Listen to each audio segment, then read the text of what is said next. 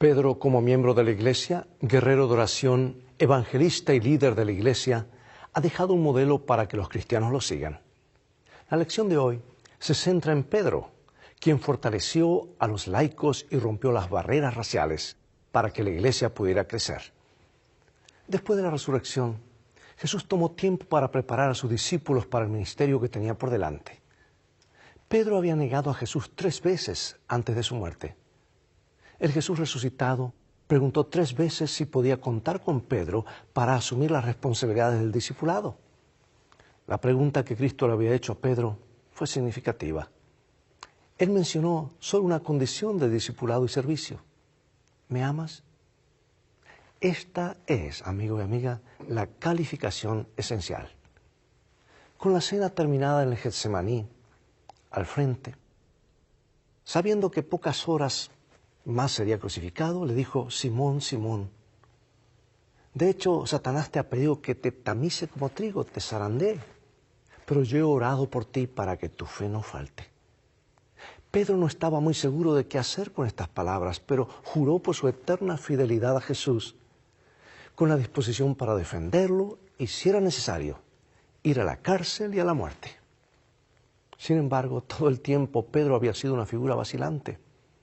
En un momento confesó que Jesús es el Cristo de Dios, en otro Pedro negó haber conocido a Jesús. Pedro caminó sobre el agua, pero la fe dio paso a la duda en muchas ocasiones y el milagro casi se convirtió en un desastre cuando caminaba sobre el agua. Jesús compartió el Getsemaní con Pedro, un raro privilegio, pero Pedro decidió dormir. Pedro cortó una oreja, pero no pudo reunir el valor para enfrentar la pregunta de una criada con respecto a Jesús. El gallo cantó y Pedro lloró. Por los pecados de Pedro y los pecados del mundo, Jesús fue crucificado fuera de Jerusalén. En el tercer día, Pedro vio a Jesús resucitado. Su vida nunca fue la misma otra vez. El Señor convirtió a Pedro en una nueva persona, alguien que podía predicar con un corazón firme desde el púlpito de Pentecostés. El discipulado cristiano es tanto un privilegio como una responsabilidad. ¿Cuáles son algunos de los privilegios y responsabilidades? ¿Cómo es que a menudo no cumplimos con las responsabilidades? Regreso en un momento. Ve por tu Biblia.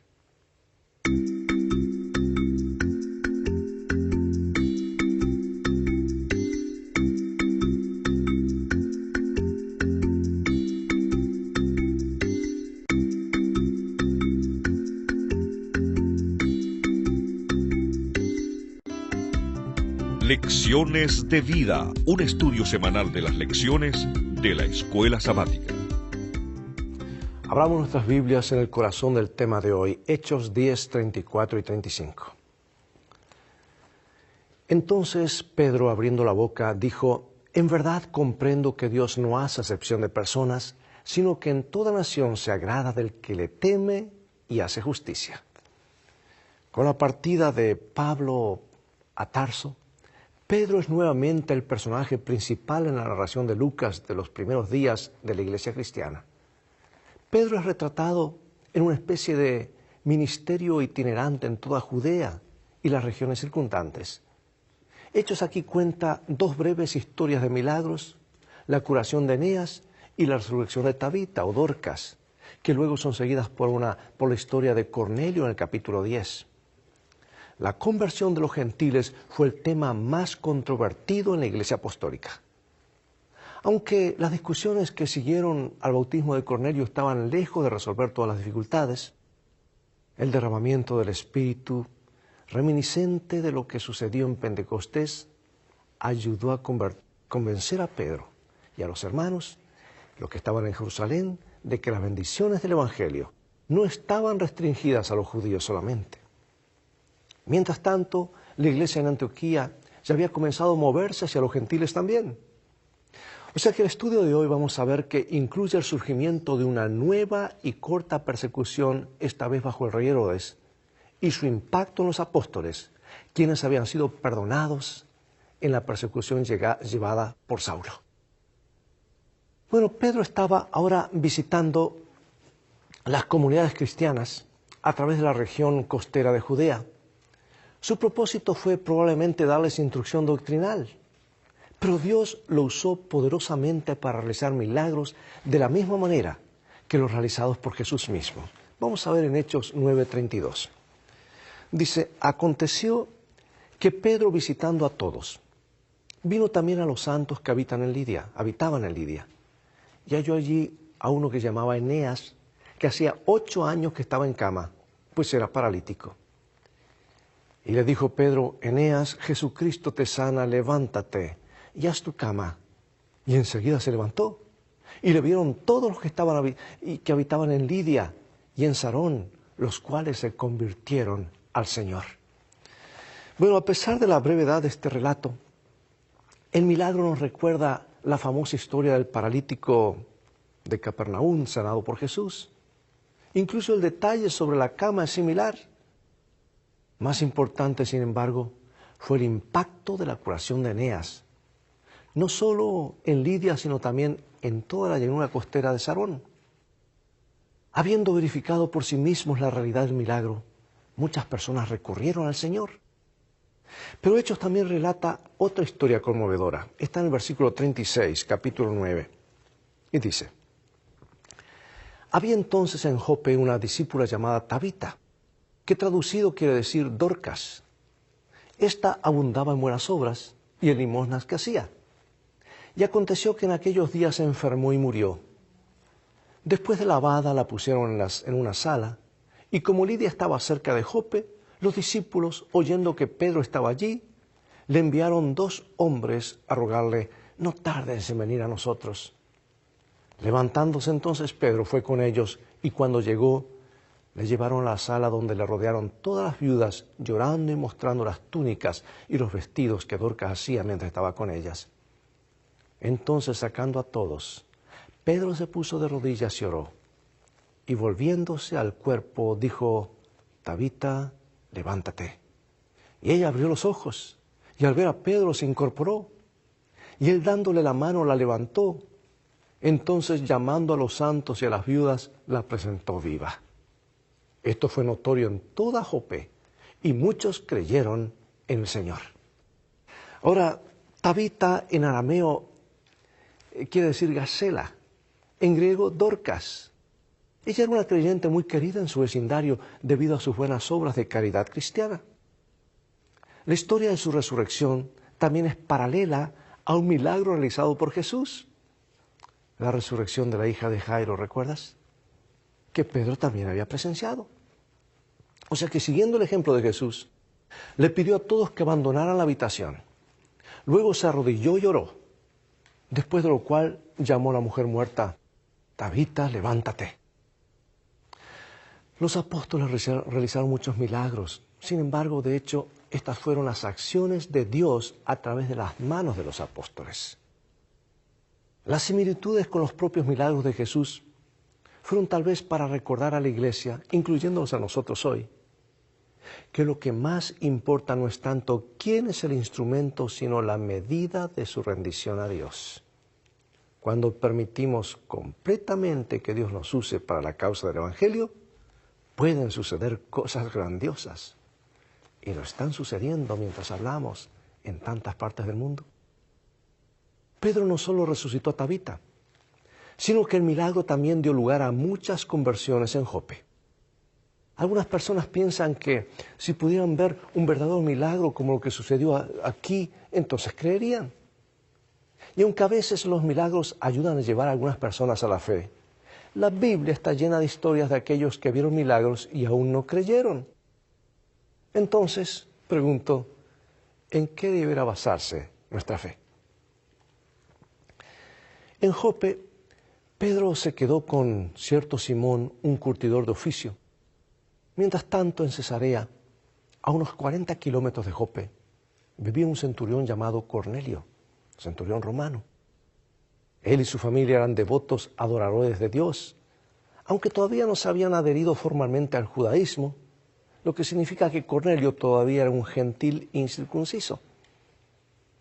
Y en una visión dada por Dios, recibió instrucciones de enviar mensajeros a Jope a invitar a Pedro a visitarlo. Veamos el relato. Son varios versículos. Sígueme porque esto es clave, es importante. Se aplica a nuestros días hoy. Hechos capítulo 10, 9 en adelante. Al día siguiente, mientras ellos iban por el camino y se acercaban a la ciudad, Pedro subió a la azotea para orar cerca de la hora sexta y tuvo gran hambre y quiso comer. Pero mientras le preparaban algo, le sobrevino un éxtasis y vio el cielo abierto y que descendía algo semejante a un gran lienzo que atado de las 4 puntas era bajado a la tierra, y en el cual había de todos los cuadrúpedos terrestres y reptiles y aves del cielo. Y le vino una voz: levántate, Pedro, mata y come. Entonces Pedro dijo: Señor, no, porque ninguna cosa común o inmunda he comido jamás. Volvió la voz a él la segunda vez: lo que Dios limpió, no lo llames tú común. Esto se hizo 3 veces, y aquel lienzo volvió a ser recogido en el cielo. Y les dijo: vosotros sabéis cuán abominable es para un varón judío juntarse o acercarse a un extranjero, pero a mí me ha mostrado Dios que a ningún hombre llame común o inmundo. Entonces Pedro, abriendo la boca, dijo: en verdad comprendo que Dios no hace acepción de personas, sino que en toda nación se agrada del que le teme y hace justicia. Ahora, es importante saber que la visión de Pedro no era sobre la comida, sino sobre las personas. Sí, era alrededor del mediodía. Pedro estaba hambriento y la voz le dijo que matara y comiera. Sin embargo, Dios usó la visión no para eliminar la distinción entre animales limpios e inmundos, sino para enseñarle a Pedro sobre el carácter inclusivo del Evangelio. La visión estaba explícitamente destinada a romper la resistencia de Pedro contra los gentiles. El punto de vista de Pedro era que si entraba en la casa de Cornelio y se juntaba con él, se ensuciaría a sí mismo y se volvería incapacitado para adorar en el templo o para postrarse ante la presencia de Dios. Porque los judíos del primer siglo de Judea y las otras áreas circundantes no se asociaban con gentiles incircuncisos.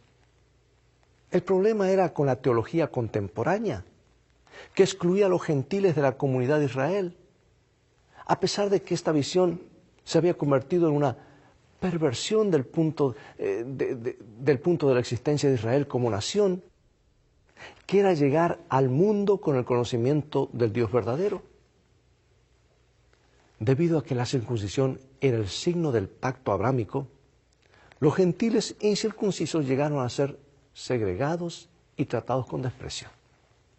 No podrían tener parte alguna en las bendiciones del pacto a menos que aceptaran la circuncisión y se convirtieran en judíos. Pero tal concepto, sin embargo, era incompatible con el alcance universal de la muerte de Jesús. Como los primeros creyentes, con el tiempo estaban ellos llegando a comprender de que ahora Jesús alcanzaba a todos. Por eso pregunto, amigo y amiga, ¿qué nos enseñan estas historias sobre la universalidad del mensaje del Evangelio? ¿Qué deberían decirnos acerca de cuán equivocado es para los cristianos albergar prejuicios contra cualquier grupo basado en la etnicidad? Veamos un momento crítico en la historia de la Iglesia. Hechos capítulo 10, versículos 44 al 48. Y nos dice así: mientras aún hablaba Pedro estas palabras, el Espíritu Santo cayó sobre todos los que oían el discurso. Y los fieles de la circuncisión que habían venido con Pedro se quedaron atónitos de que también sobre los gentiles se derramase el don del Espíritu Santo. Porque los oían hablar en lenguas y que magnificaban a Dios. Entonces respondió Pedro: ¿puede acaso alguno impedir el agua para que no sean bautizados estos que han recibido el Espíritu Santo también como nosotros? Y mandó bautizarles en el nombre del Señor Jesús. Entonces le rogaron que se quedase por algunos días. Ahora, esta era la primera vez que los apóstoles predicaban el Evangelio a gentiles incircuncisos. Y a diferencia de los creyentes helenísticos, los apóstoles y otros creyentes de Judea no estaban listos para recibir gentiles en la iglesia. Como Jesús era el Mesías de Israel, pensaron que el Evangelio debe ser compartido solo con los judíos de cerca y de lejos. Los gentiles primero tendrían que convertirse al judaísmo y luego ser aceptados en la comunidad de fe. En otras palabras, antes de que los gentiles pudieran convertirse en cristianos, primero tenían que convertirse en judíos. Ese era el pensamiento que necesitaba ser cambiado entre estos primeros creyentes judíos. Y el don de lengua entregado a Cornelio y a su familia fue agregado como una señal clara y observable de que tal concepto era erróneo, que Dios no tiene favoritos y que en términos de salvación, tanto judíos como los gentiles están en igualdad de condiciones delante de Él. Y ahora la pregunta, ¿cómo reaccionó la iglesia de Jerusalén ante la experiencia de Pedro en Cesarea? Hechos 11:18. Entonces, oídas estas cosas, callaron y glorificaron a Dios diciendo, de manera que también a los gentiles ha dado Dios arrepentimiento para vida. El prejuicio judío, establecido hace mucho tiempo con respecto a los gentiles, llevó a los creyentes en Jerusalén a criticar a Pedro por haber comido con personas incircuncisas. Parece que estaban más preocupados por los escrúpulos ceremoniales, por los escrúpulos judíos y reglamentos que por la salvación de Cornelio y su familia. Podrían haber temido que si la iglesia rompía con tales prácticas representaría una negación de la fe de Israel. Perderían el favor de Dios y se responsabilizarían de las mismas acusaciones de sus hermanos judíos que habían llevado a la muerte de Esteban. Ellen White comenta lo siguiente, y leo en Hechos de los Apóstoles 111, dice, había llegado el tiempo en que la Iglesia de Cristo debía comprender una fase enteramente nueva de su obra. Debía abrirse la puerta que muchos de los judíos conversos habían cerrado a los gentiles. Y de entre estos, los que aceptaron el Evangelio habían de ser considerados iguales a los discípulos judíos, sin necesidad de observar el rito de la circuncisión. Como en Pentecostés, aquí también hablaron idiomas que antes no conocían, en lugar de lenguas estáticas o exóticas o como llamen, o celestiales. Solo el propósito era diferente. Mientras que para los apóstoles el don apuntaba a la misión mundial de la iglesia, para Cornelio funcionaba como una confirmación de que la gracia de Dios estaba operando incluso entre los gentiles. Y motivado por la conversión de Cornelio, Lucas interrumpe brevemente su relato del ministerio de Pedro para mostrar el progreso inicial del Evangelio entre los gentiles. Y Lucas presta, mejor dicho, atención especial a la gran ciudad de Antioquía, en Siria, donde los refugiados comenzaron a predicar a sus hermanos judíos y helenistas, y muchos de ellos estaban aceptando la fe. La comisión de Jesús de Hechos 1:8, ¿recuerdas? Jerusalén, Samaria, Judea, hasta el último de la tierra, se estaba realizando a través de los esfuerzos de estos cristianos judíos griegos. Ellos fueron los que se convirtieron en los verdaderos fundadores de la misión a los gentiles. Y debido al éxito de la iglesia en Antioquía, los apóstoles en Jerusalén decidieron enviar a Bernabé para evaluar la situación. Y al darse cuenta de las grandes oportunidades para el avance del Evangelio, Bernabé envió a buscar a Pablo, a Tarso, sintiendo que podía ser un ayudante vital. Y Bernabé tenía razón, porque durante el año que él y Pablo trabajaron juntos, grandes multitudes, en su mayoría gentiles, podían escuchar el Evangelio. El entusiasmo con el que hablaron acerca de Jesucristo hizo que los creyentes allí se conocieran por primera vez como cristianos. Que ellos fueron llamados cristianos indica que el término fue acuñado por aquellos fuera de la iglesia, probablemente como una forma de burla, mientras que los creyentes preferían referirse a sí mismos como hermanos o discípulos o incluso santos. Pero para cuando se escribió Hechos, cristiano se había convertido en una designación común y Lucas parece aprobarlo, porque cristiano significa un seguidor o un adherente de Cristo. Pregunto, hermano y hermana, amigo y amiga, ¿qué significa para ti hoy que te llamen cristiano? ¿Cómo te diferencias de los que no son cristianos? ¿Y qué tan diferente vives en las cosas que realmente importan? Volviendo nuevamente a Judea, nos enfrentamos ahora al relato de la ejecución del rey Herodes, Santiago o Jacobo, hermano de Juan e hijo de Zebedeo. Él también quería hacer lo mismo con Pedro. Este rey Herodes es Agripa I, el nieto de Herodes el Grande, de Mateo capítulo 2, versículo 1, que gobernó Judea desde el 40 después de Cristo hasta el 44 después de Cristo. Y como resultado de su muestra de piedad, ganó popularidad entre sus súbditos judíos, especialmente los fariseos. Su intento de ganarse el favor de los judíos, atacando a algunos apóstoles, encaja perfectamente con lo que sabemos de él de otras fuentes. Debido a que la ejecución de Santiago o Jacobo fue efectiva en el cumplimiento de la agenda de Agripa, también planeó ejecutar a Pedro.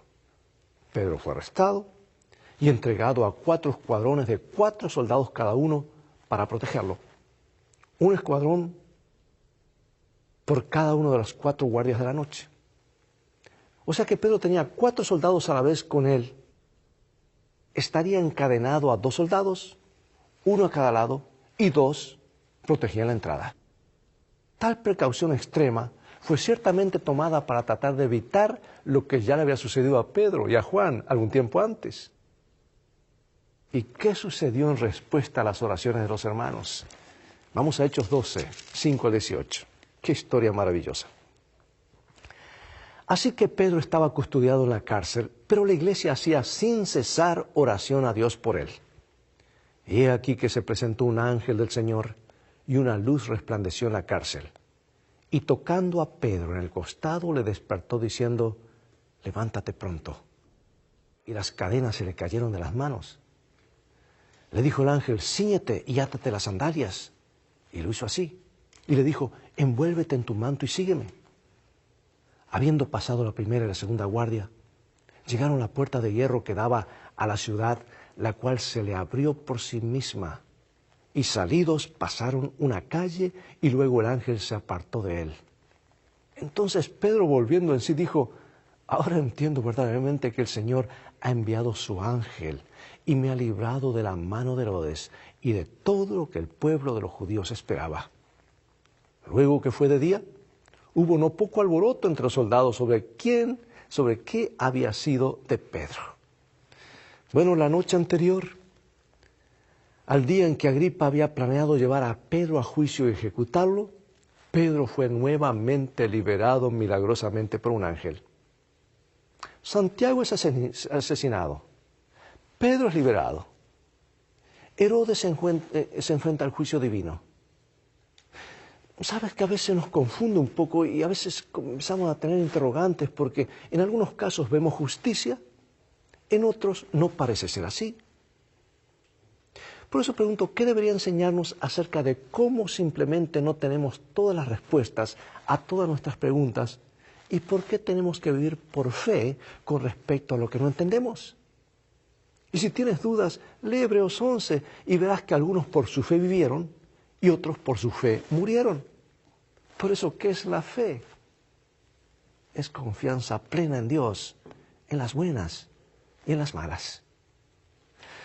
Finalizo, amados, con esta cita y luego algunas preguntas de reflexión. Es de Howard Marshall, cuando escribió el libro Los Hechos de los Apóstoles, un comentario. Y él dice lo siguiente. Cuando la iglesia ora, la causa de Dios seguirá adelante y sus enemigos quedarán en la nada, incluso si esto no exime a la iglesia del sufrimiento y el martirio.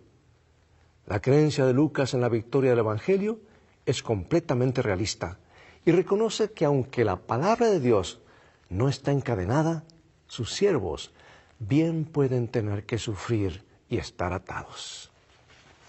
Por eso pregunto, ¿cuál es el contexto cultural y político en el que vives que genera el tipo de tensión étnica que se supone que los cristianos no deben albergar? En otras palabras, cuando lo necesitamos, ¿Cómo podemos todos nosotros como cristianos elevarnos por encima de nuestra cultura y trasfondo? ¿Qué otros ejemplos encontramos en la Biblia de personas fieles que sufren injustamente? ¿Qué lecciones debemos sacar de estos relatos para nosotros mismos sobre la cuestión del sufrimiento? Dios nos ayuda, amigo, amiga, amado y amada, a ver en cada persona un hijo de Dios y un ciudadano para el reino de los cielos. Años atrás, Mahatma Gandhi, cuando estaba en Sudáfrica, quiso ir a adorar a una iglesia y en la entrada se lo negaron. Él no sabiendo por qué, porque le gustaba la enseñanza de Jesucristo y las bienaventuranzas y el sermón del monte. Él se preguntaba por qué. Y al preguntar le dijeron, es que tú tienes un color de piel diferente. No lo dejaron entrar. Y el impacto que le causó fue tan grande que nunca más regresó al cristianismo. Ahora trata tú de imaginarte, esta gente no vio más que una persona, no vio un hijo de Dios en ese hombre. ¿Qué hubiese sido de la India con un paladín como el Mahatma Gandhi si alguien le hubiese abierto la puerta y lo hubiese aceptado, porque tenía aceptada en su corazón las enseñanzas de Jesucristo? ¿Captas tú de la influencia que podemos tener para bien o para mal? Dios nos ayude a ser como Jesús y ver en cada persona, no importa de qué grupo étnico sea, un ciudadano para el reino de los cielos. Acompáñame en oración. Padre Celestial, gracias porque tu palabra nos trae luz. Es nuestro GPS que nos orienta cuando vamos tomando caminos que nos parecen a nosotros correctos. Nos da luz, nos orienta, nos guía, nos realinea y permite que eso justamente haga nuestras vidas para poder servirte mejor y más efectivamente. Te lo agradecemos y lo pedimos en el nombre de Jesús. Amén. Bien, amigos, es todo el tiempo que tenemos por hoy. Estamos repasando el libro de los Hechos. Algunos suelen llamarle el libro de los Hechos del Espíritu Santo porque realmente es el Espíritu Santo obrando a través de instrumentos humanos. Ha llegado el momento de despedirnos y será hasta el próximo programa de la serie Lecciones de Vida. Invita a otros a que sintonicen este programa y transfórmate tú mismo en un canal de bendiciones para otros. Recuerda, felicidad comienza con fe y la fe viene por oír y estudiar la palabra de Dios. Dios te bendiga y recuerda, tú vales mucho para Jesús. Él te ama más de lo que puedes imaginar. Dios te bendiga.